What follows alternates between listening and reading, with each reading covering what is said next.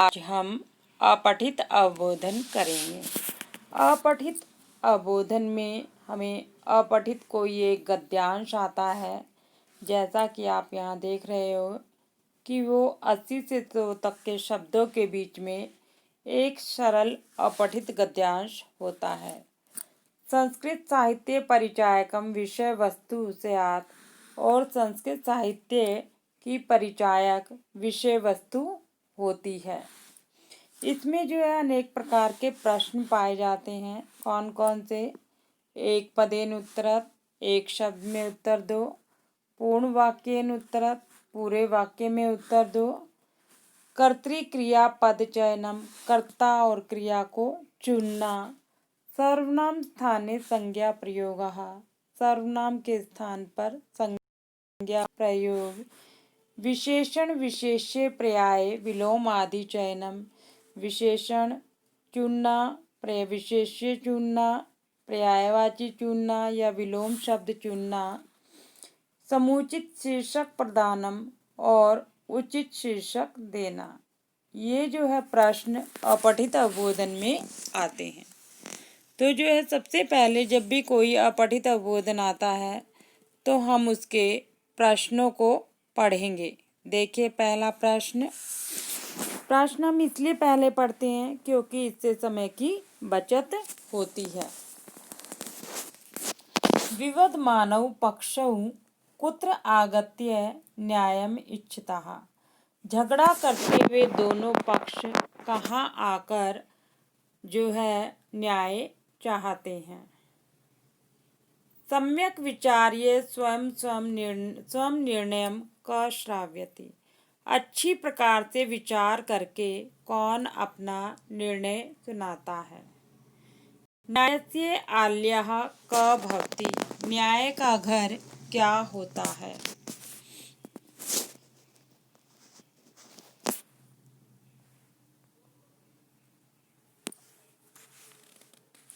यहाँ यो रेव लिखा हुआ है, इसमें है द्वयो, ये द्व है, ई नहीं है, द्व है। ई की जगह जो है हम द्व लगा देंगे। द्वयो एव कथनानि क आकर्ण्यति, द्वयो एव पक्षयो, दोनों पक्षों के कथनानि कथनों को, बातों को, क आकर्ण्यति कौन सुनता है। फिर नेक्स्ट क्वेश्चन है पूर्ण वाक्येन उत्तरत, पूरे वाक्य में उत्तर देना है यहाँ पर आपको। न्यायाधीशस्य सम्मुखे लेखानि क प्रस्तौति, न्यायाधीश के सामने लेखों को कौन प्रस्तुत करता है। कोऽपि जनः प्रायेण स्वयं पक्षम केन उपस्थापयति, कौन व्यक्ति अपने पक्ष को कैसे उपस्थापित करता है अर्थात बताता है। यथा निर्देशम उत्तरत आकर्ण्यति इत्यर्थे अत्र अपरम किम क्रियापदम प्रयुक्तम। आकर्ण्यति इसका कोई, इसके लिए दूसरा, अपरम का अर्थ है दूसरा, किम क्रियापदम कौन सा क्रिया शब्द आया। आकर्ण्यति का अर्थ है सुनता है, सुनता है के लिए कौन सा शब्द आया आपको ये बताना है यहाँ पर। नेक्स्ट देखिए अत्र एकः न्यायाधीशः, ये जो वाक्य दिया है अत्र एकः न्यायाधीशः, अत्र किम विशेषण पदम प्रयुक्तम, यहाँ कौन सा विशेषण शब्द आया है ये बताना है। नेक्स्ट क्वेश्चन देखिए सच्चरित्राणाम इति पदस्य कृते किम विलोम पदम चरित प्रयुक्तम, यहाँ पर सच्चरित्र का इस पैराग्राफ में, जो ये पैराग्राफ दिया है इस पैराग्राफ में क्या इसका विलोम शब्द आया है। नेक्स्ट देखिए अत्र आगत्य न्यायम इच्छतः,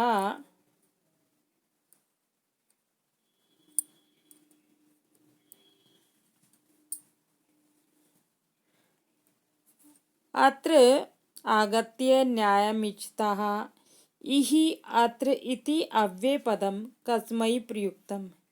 अत्र आगत्य न्यायम इच्छता, यहाँ आकर दोनों न्याय चाहते हैं।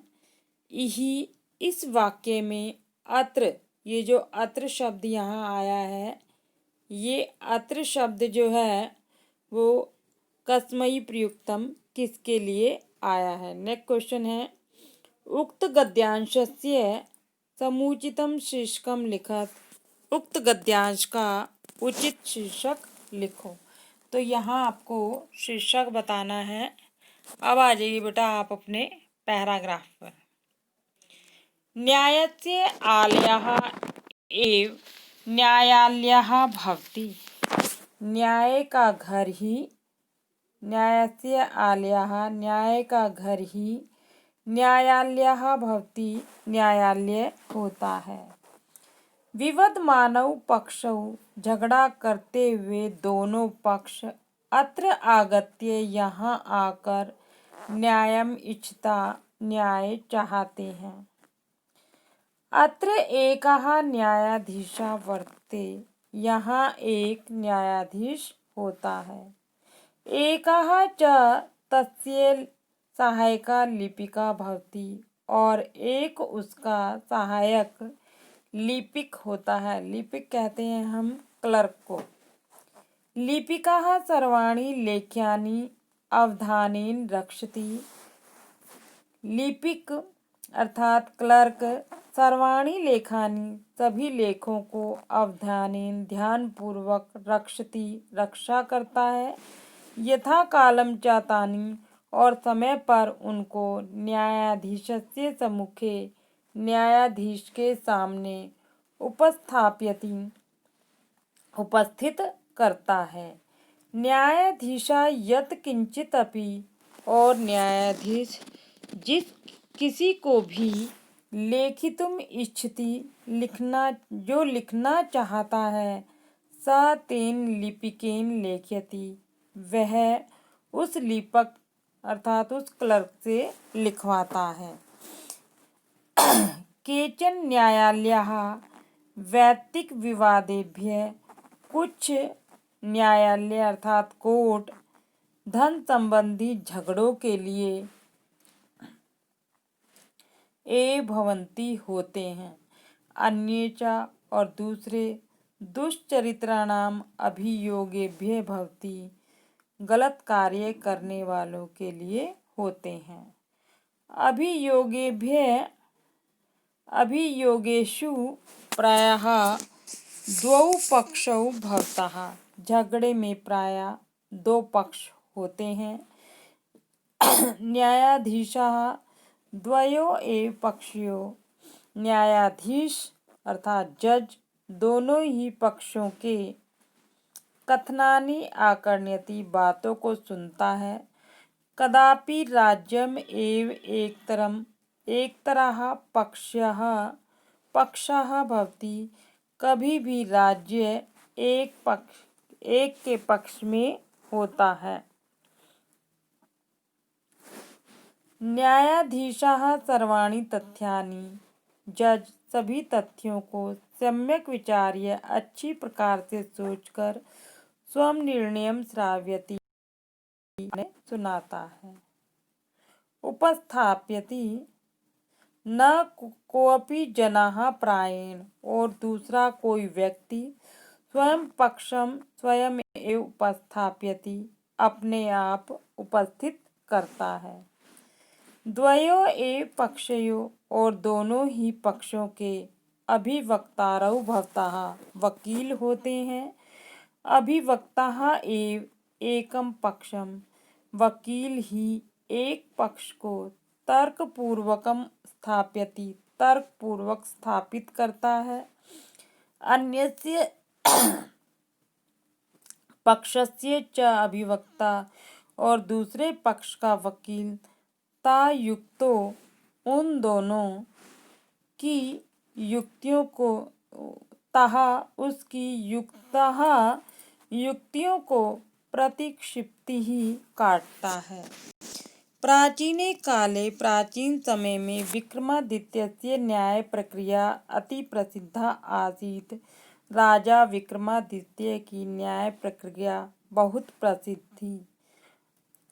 भगवान मनु प्रथमा विधिज्ञः विधिदा च मन्यते। भगवान मनु सबसे पहले कानून के ज्ञाता और कानून को बनाने वाले माने गए हैं। अब आइए बेटा, एक पदेन उत्तरत एक शब्द में उत्तर दीजिए। तो बेटा आप देखेंगे पहला क्वेश्चन है विवद मानव पक्षौ कुत्र आगत्य न्यायम इच्छतः। ये वाक्य कहाँ आया? न्यायम इच्छता जहाँ लिखा हुआ है, तो आप देख रहे हो पहली लाइन में ही है। तो यहाँ पर कुत्र आगत्य कहाँ आकर, कहाँ आते हैं लोग झगड़ा होने पर? न्यायालय, न्यायालय में। इसका उत्तर क्या होगा बेटा? न्यायालय। आगे देखो नेक्स्ट, सम्यक विचार स्वयं निर्णयम क श्राव्यति। अच्छी प्रकार से विचार करके कौन अपने निर्णय को सुनाता है?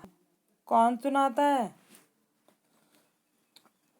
आप लोगों ने अभी पैराग्राफ पढ़ा है, तो उसमें कहाँ लिखा हुआ है कि कौन निर्णय को अच्छी प्रकार से उनका निर्णय जो है सुनाता है? ये देखिए बेटा, यहाँ पर लिखा है न्यायाधीशा द्वयो एव पक्षयो कथनानि आकर्णयति। वह दोनों पक्षों के निर्णय को सुनता है। और न्यायाधीशः सर्वाणि तथ्यानि, न्यायाधीश सभी तथ्यों को सम्यक विचार्य स्वयं निर्णयम श्राव्यति।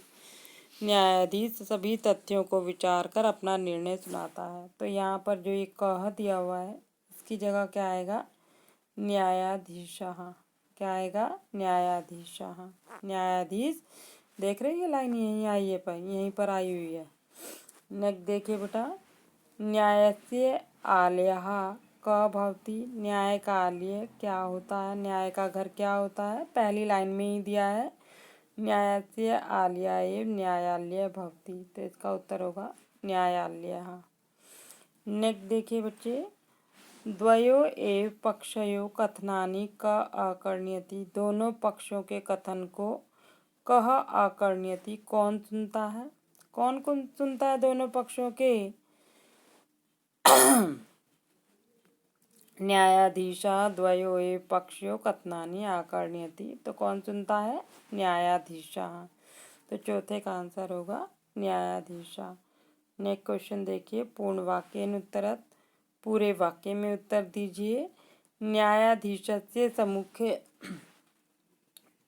न्यायाधीश के सामने लेखानि का प्रस्तुति। लेखों को कौन प्रस्तुत करता है? तो न्यायाधीश के सामने लेख कौन प्रस्तुत करता है बेटे? देखिए यहाँ पर कहाँ लिखा हुआ है, लेखानि का प्रस्तुति। देखिए ये वाक्य कहाँ दिया हुआ है?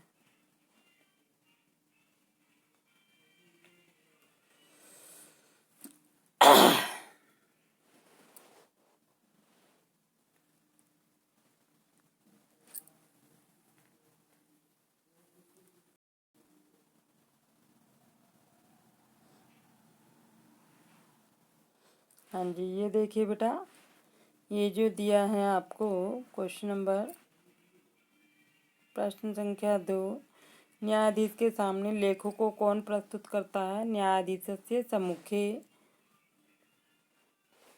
एका लिपिका। तो क्या आएगा?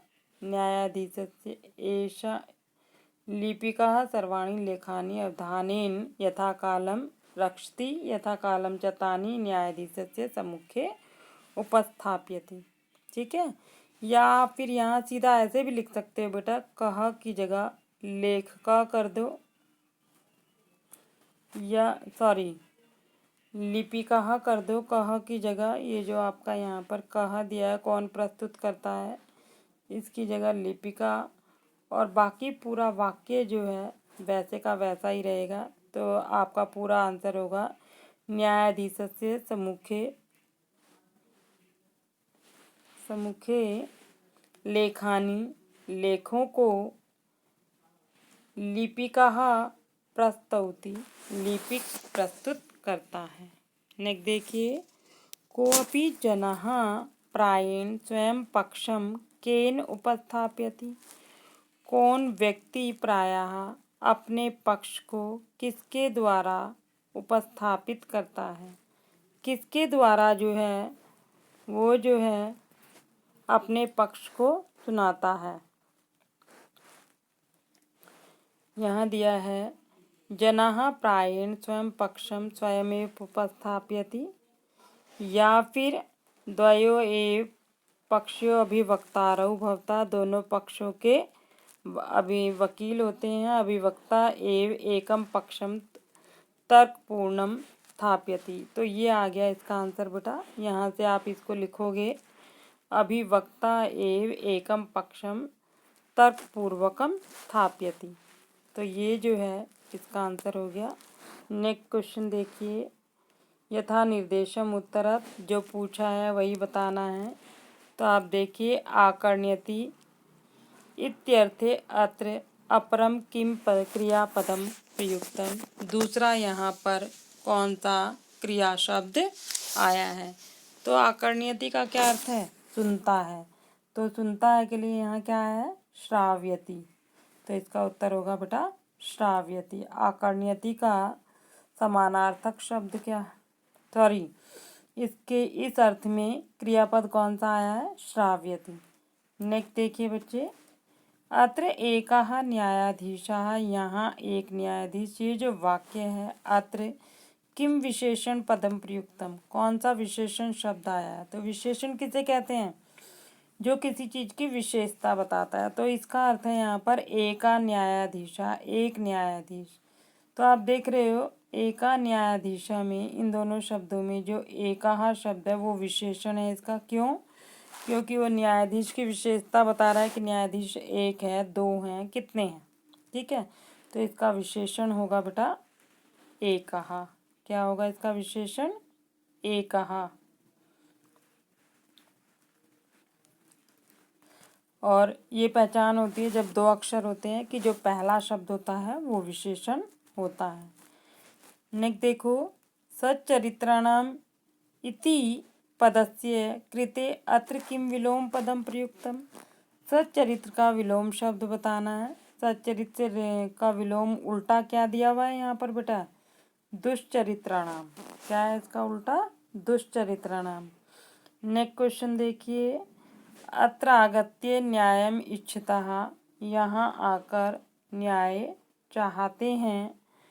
तो अत्र आगत्य न्यायम इच्छितः, यहाँ पर जो ये अत्र शब्द दिया स्टार्टिंग में, इसका इस अव्यय शब्द का को किसके लिए, कस्मई प्रयुक्तम, किसके लिए प्रयोग किया गया है।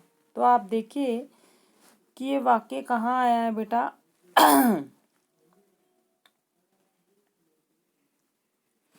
तो आप देख रहे हो ये वाक्य आया है, अत्र आगत्य न्यायम इच्छितः। कौन यहाँ आकर न्याय मांगते हैं, विवद मानव पक्षौ, झगड़ा करते हुए लोग। तो यहाँ ये विवद मानव पक्षौ, झगड़ा करते हुए लोग जो दिया हुआ है वो अत्र आगत्य, यहाँ आकर, कहाँ आकर, न्यायालय। तो इसका क्या उत्तर होगा, न्यायालय। नेक्स्ट देखिए, अस्य उक्त गद्यांशस्य समुचितम शीर्षकम लिखत। उक्त गद्यांश का जो ये गद्यांश दिया हुआ है ये पूरा बेटा, इसका आपको उचित शीर्षक बताना है। तो जब आपने इसको पढ़ा तो इसमें आपने किसका वर्णन देखा, इसमें का वर्णन है। तो आप इसका शीर्षक जो है न्यायालय लिख सकते हो। इसके अलावा भी अगर आप कुछ लिखना चाहो तो इसका उत्तर लिख सकते हो। लेकिन बेटा क्या है कि हम कैसे छांटते हैं कि शीर्षक किसको कहते हैं। शीर्षक हम देखते हैं पैराग्राफ में किस के बारे में बताया गया। तो इस पैराग्राफ में हमने देखा कि न्यायालय का वर्णन किया गया है, इसलिए इसका शीर्षक होगा न्यायालय।